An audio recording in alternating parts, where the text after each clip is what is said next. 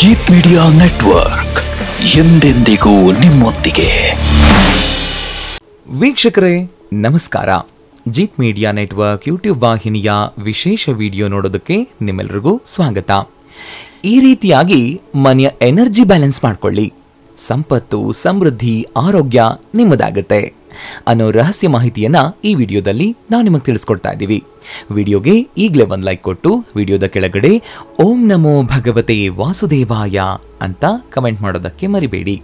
ಹಾಗೆಯೇ ವಿಡಿಯೋದ ಕೆಳಗಡೆ ಇರುವಂತಹ ಜಾಯಿನ್ ಬಟನ್ ಒತ್ತಿ, ಆಗ ನೀವು ಜೀತ್ ಮೀಡಿಯಾ ಚಾನೆಲ್ ಮೆಂಬರ್ ಆಗ್ತೀರಾ. ಅಂದರೆ ನೀವು ಮೆಂಬರ್ಗಳಿಗಿರುವಂತಹ ವಿಶೇಷ ವಿಡಿಯೋ ಮತ್ತು ಲೈವ್ ನೋಡಬಹುದು. ಪ್ರತಿಯೊಬ್ಬರಿಗೂ ತಮ್ಮ ಮನೆ ಹೇಗಿರಬೇಕು ಅನ್ನೋ ಕಲ್ಪನೆ ಇದ್ದೇ ಇರುತ್ತೆ. ತಮಗೆ ಬೇಕಾದ ಹಾಗೆ ಮನೆಯನ್ನ ಅಲಂಕರಿಸ್ತಾರೆ. ಅದರಲ್ಲೂ ಮಹಿಳೆಯರು ಮನೆಯ ಬಗ್ಗೆ ಹೆಚ್ಚಿನ ಗಮನವನ್ನು ಹರಿಸ್ತಾರೆ. ಸೋಫಾ ಎಲ್ಲಿರಬೇಕು, ಅಲಂಕಾರ ಸಾಮಗ್ರಿಗಳೆಲ್ಲಿರಬೇಕು, ಮನೆಯನ್ನ ಹೇಗೆ ಅಲಂಕರಿಸಬೇಕು, ಅಡುಗೆ ಕೋಣೆಯಲ್ಲಿ ಯಾವೆಲ್ಲ ವಸ್ತುಗಳಿರಬೇಕು, ಆ ವಸ್ತುಗಳೆಲ್ಲ ಯಾವ ಜಾಗದಲ್ಲಿರಬೇಕು ಅನ್ನೋದನ್ನೆಲ್ಲ ಮಹಿಳೆಯರು ಡಿಸೈಡ್ ಮಾಡ್ತಾರೆ. ಆದರೆ ಮಹಿಳೆಯರು ಮನೆಯಲ್ಲಿ ಯಾವೆಲ್ಲ ವಸ್ತುಗಳನ್ನು ಇಡಬೇಕು, ಹೇಗಿರಬೇಕು ಅನ್ನೋದನ್ನೆಲ್ಲ ತಿಳಿದಿರ್ತಾರೆ. ಆದರೆ ಕಾಲ ಬದಲಾದಂತೆ ಮಹಿಳೆಯರು ತಮ್ಮ ಹಿರಿಯರು ಹೇಳಿರುವಂತಹ ಕೆಲವು ವಿಷಯಗಳನ್ನ ಮರೆತು ತಮಗೆ ಸರಿ ಅನಿಸಿದ್ದನ್ನ ಮಾಡ್ತಾರೆ. ಆದ್ರೆ ನಿಮಗೆ ಗೊತ್ತಾ, ಕೆಲವೊಂದು ವಿಷಯಗಳನ್ನ ನೀವು ನಿಮ್ಮ ಮನೆಯನ್ನ ಅಲಂಕರಿಸಲು ಅನುಸರಿಸಿದ್ರೆ ಅದರಿಂದ ಮುಂದೆ ನಿಮ್ಮ ಮನೆಯಲ್ಲಿ ಪಾಸಿಟಿವಿಟಿ ಹೆಚ್ಚಾಗುತ್ತೆ. ಅಂತಹ 7 ವಿಷಯಗಳು ಯಾವುವು ಅನ್ನೋದನ್ನ ನಾವು ನಿಮಗೆ ಇವತ್ತು ತಿಳಿಸ್ಕೊಡ್ತಾ ಇದ್ದೀವಿ.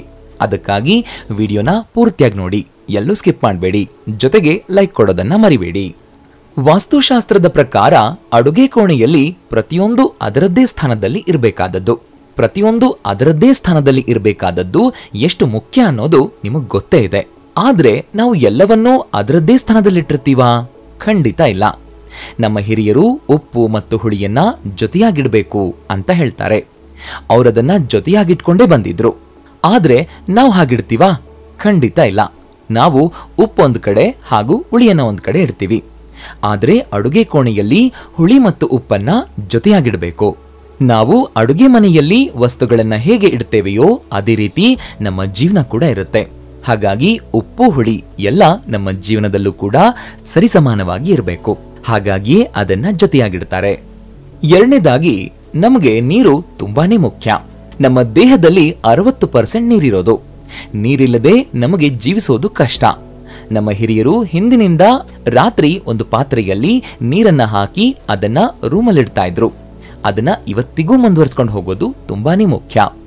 ನೀವು ಕೂಡ ನೀವು ಮಲಗೋ ಕೋಣೆಯಲ್ಲಿ ಒಂದು ಪಾತ್ರೆಯಲ್ಲಿ ನೀರನ್ನ ಹಾಕಿಡಿ. ಅದ್ರ ಮೇಲೆ ಒಂದು ಹೂವಿಟ್ಟು ತಿಲಕ ಇಟ್ಟು ಅದಕ್ಕೆ ಭಕ್ತಿಯಿಂದ ಕೈ ಮುಗಿರಿ. ಮಾರನೇ ದಿನ ಬೆಳಗ್ಗೆ ಎದ್ದ ತಕ್ಷಣ ಆ ನೀರನ್ನ ಸೇವಿಸಿ. ನೀರು ಎಲ್ಲವನ್ನೂ ತನ್ನತ್ತ ಬೇಗನೆ ಆಕರ್ಷಿಸುತ್ತೆ. ಅದೇ ರೀತಿ ಪಾಸಿಟಿವ್ ಪವರ್ಗಳನ್ನು ಕೂಡ ಬೇಗನೆ ತನ್ನತ್ತ ಆಕರ್ಷಿಸುತ್ತೆ. ಹಾಗಾಗಿ ನಿಮ್ಮ ಕೋಣೆಯಲ್ಲೂ ಕೂಡ ನೀರನ್ನ ಇಡೋದನ್ನ ಮರಿಬೇಡಿ. ಮತ್ತೊಂದು ವಿಷಯ, ನೀವೇ ಮನೆಯಲ್ಲಿ ನೋಡಿ, ಹೆಚ್ಚಿನ ಜನರು ಬಟ್ಟೆಯನ್ನ ವಾಶ್ ಮಾಡಿದ ಮೇಲೆ ಅದನ್ನ ನೀಟಾಗಿ ಮಡಚಿಡೋದು ಬಿಟ್ಟು ಬೆಡ್ ಮೇಲೋ ಚೇರ್ ಮೇಲೋ ಹೇಗಂದ್ರೆ ಹಾಗೆ ಬಿಸಾಕ್ತಾರೆ. ನೀವೇ ಗಮನಿಸಿ, ನೀಟಾಗಿ ಮಡಚಿಡದೇ ಇರುವಂತಹ ಬಟ್ಟೆಗಳನ್ನ ಒಮ್ಮೆ ಧರಿಸಿ ನೋಡಿ. ಅದೇ ರೀತಿ ವಾಶ್ ಮಾಡಿದ್ಮೇಲೆ ನೀಟಾಗಿ ಮಡಚಿಟ್ಟಂತಹ ಬಟ್ಟೆಗಳನ್ನ ಧರಿಸಿ ನೋಡಿ. ವ್ಯತ್ಯಾಸ ನಿಮ್ಗೆ ಗೊತ್ತಾಗುತ್ತೆ. ನೀವು ಮಡಚದೇ ಇಟ್ಟಂತಹ ಬಟ್ಟೆಗಳನ್ನ ಧರಿಸಿದ್ರೆ ಅದರಿಂದ ನಿಮಗೆ ನೆಗೆಟಿವ್ ಫೀಲ್ ಹೆಚ್ಚಾಗುತ್ತೆ. ಅದೇ ಮಡಚಿಟ್ಟಂತಹ ಬಟ್ಟೆಗಳನ್ನ ಧರಿಸಿದ್ರೆ ಅದರಿಂದ ಕಾನ್ಫಿಡೆನ್ಸ್ ಹೆಚ್ಚಾಗುತ್ತೆ, ಸಕಾರಾತ್ಮಕ ಭಾವನೆ ಬರುತ್ತೆ. ಹಾಗಾಗಿಯೇ ಬಟ್ಟೆಗಳನ್ನ ಯಾವಾಗ್ಲೂ ಮಡಚಿ ನೀಟಾಗಿಟ್ಕೊಳ್ಳೋದನ್ನ ರೂಢಿ ಮಾಡ್ಕೊಳ್ಳಿ.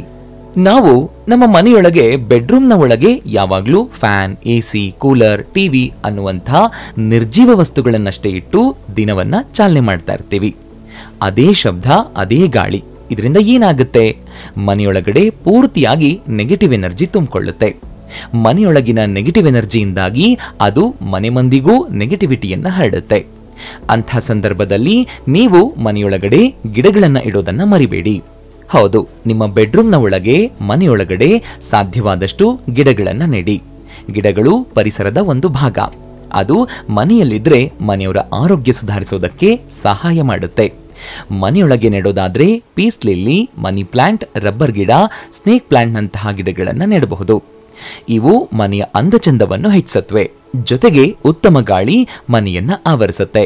ಇದರಿಂದ ಮನೆ ಮಂದಿಯ ಆರೋಗ್ಯವೂ ಕೂಡ ಉತ್ತಮವಾಗಿರುತ್ತೆ. ಐದನೇದಾಗಿ ನಾವು ಮಲಗೋ ದಿಕ್ಕಿನ ಕಡೆಗೆ ಗಮನ ಹರಿಸಬೇಕು. ಹೌದು, ಆರೋಗ್ಯ ಉತ್ತಮವಾಗಿರಬೇಕು, ಚೆನ್ನಾಗಿ ನಿದ್ರೆ ಮಾಡಬೇಕು ಅಂತಾದ್ರೆ ನಾವು ಮಲಗೋ ದಿಕ್ಕು ಸರಿಯಾಗಿರ್ಬೇಕು. ಹಿಂದಿನಿಂದಲೂ ನಮ್ಮ ಅಜ್ಜ ಅಜ್ಜಿ ಉತ್ತರ ದಿಕ್ಕಿಗೆ ತಲೆ ಇಟ್ಟು ಮಲಗಬಾರದು ಅಂತ ಹೇಳ್ತಾ ಬಂದಿದ್ದಾರೆ. ಇದಕ್ಕೆ ಬೇರೆ ಬೇರೆ ಕಥೆಗಳನ್ನು ಕೂಡ ಹೇಳಿದ್ದಾರೆ. ಅಯ್ಯೋ, ಅವರೇನೋ ಹೇಳ್ತಾರೆ, ಅದನ್ನೆಲ್ಲ ಪಾಲನೆ ಮಾಡ್ಕೊಂಡು ಬರೋದಕ್ಕಾಗತ್ತಾ, ಅದು ಸಾಧ್ಯನಾ ಅನ್ನೋ ಯೋಚನೆ ನಿಮ್ಮ ತಲೆಯಲ್ಲೂ ಬಂದಿರತ್ತೆ. ಆದರೆ ವೀಕ್ಷಕರೇ, ಯಾವತ್ತೂ ನಮ್ಮ ಹಿರಿಯರು ಯಾವುದೇ ನಿಯಮವನ್ನ ಸುಮ್ಮನೆ ಮಾಡಿರೋದಿಲ್ಲ. ಎಲ್ಲದಕ್ಕೂ ಒಂದು ಕಾರಣ ಇರುತ್ತೆ. ಹಿರಿಯರು ಉತ್ತರ ದಿಕ್ಕಿಗೆ ತಲೆ ಇಟ್ಟು ಮಲಗಬಾರದು ಅಂತ ಹೇಳ್ತಾರೆ.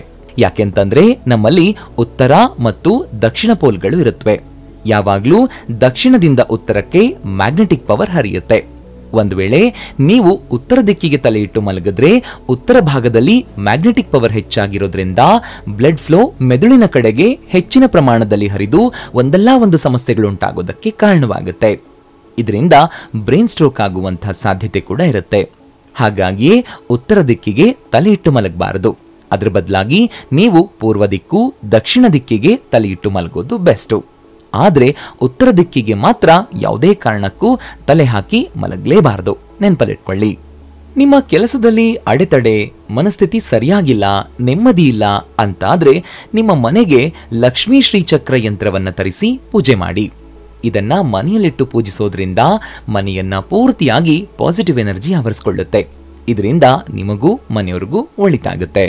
ವೀಕ್ಷಕರೇ, ನೋಡಿದ್ರಲ್ವಾ? ಈ ರೀತಿಯಾಗಿ ಮನೆಯ ಎನರ್ಜಿ ಬ್ಯಾಲೆನ್ಸ್ ಮಾಡ್ಕೊಳ್ಳಿ. ಸಂಪತ್ತು, ಸಮೃದ್ಧಿ, ಆರೋಗ್ಯ ನಿಮ್ಮದಾಗುತ್ತೆ ಅನ್ನೋ ಮಾಹಿತಿಯನ್ನ ತಿಳಿಸ್ಕೊಟ್ಟಂತಹ ಇವತ್ತಿನ ಈ ವಿಡಿಯೋ ನಿಮ್ಗೆ ಇಷ್ಟ ಆಗಿದೆ ಅಂತ ಭಾವಿಸ್ತೀನಿ. ಇಷ್ಟ ಆದ್ರೆ ಈಗಲೇ ಈ ವಿಡಿಯೋಗೆ ಒಂದು ಲೈಕ್ ಕೊಡಿ. ಅಷ್ಟೇ ಅಲ್ಲ, ನಿಮ್ಮ ಸ್ನೇಹಿತರಿಗೆ ಮತ್ತು ಸಂಬಂಧಿಕರಿಗೆ ಶೇರ್ ಮಾಡೋದಕ್ಕೆ ಮರಿಬೇಡಿ.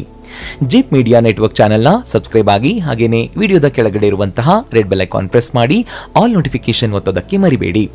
ಜೀತ್ ಮೀಡಿಯಾ ನೆಟ್ವರ್ಕ್ ವಿಡಿಯೋಗಳು ನಿಮ್ಗಿಷ್ಟ ಆದ್ರೆ ಈ ವಿಡಿಯೋದ ಕೆಳಗಡೆ ಇರುವಂತಹ ಥ್ಯಾಂಕ್ಸ್ ಮತ್ತು ಜಾಯಿನ್ ಬಟನ್ ಪ್ರೆಸ್ ಮಾಡಿ ನಮ್ಮ ಪ್ರಯತ್ನವನ್ನ ಬೆಂಬಲಿಸಿ. ಜೀತ್ ಮೀಡಿಯಾ ನೆಟ್ವರ್ಕ್ ಸಮಸ್ತ ವೀಕ್ಷಕರಿಗೆ ಮಾತೆ ಮಹಾಲಕ್ಷ್ಮಿಯ ಆಶೀರ್ವಾದ ಸದಾ ಇರಲಿ ಅಂತ ಕೇಳ್ತಾ ಇವತ್ತಿನ ಈ ವಿಡಿಯೋನ ಎಲ್ಲಿಗೆ ಮುಗಿಸ್ತಾ ಇದ್ದೀನಿ. ನಮಸ್ಕಾರ.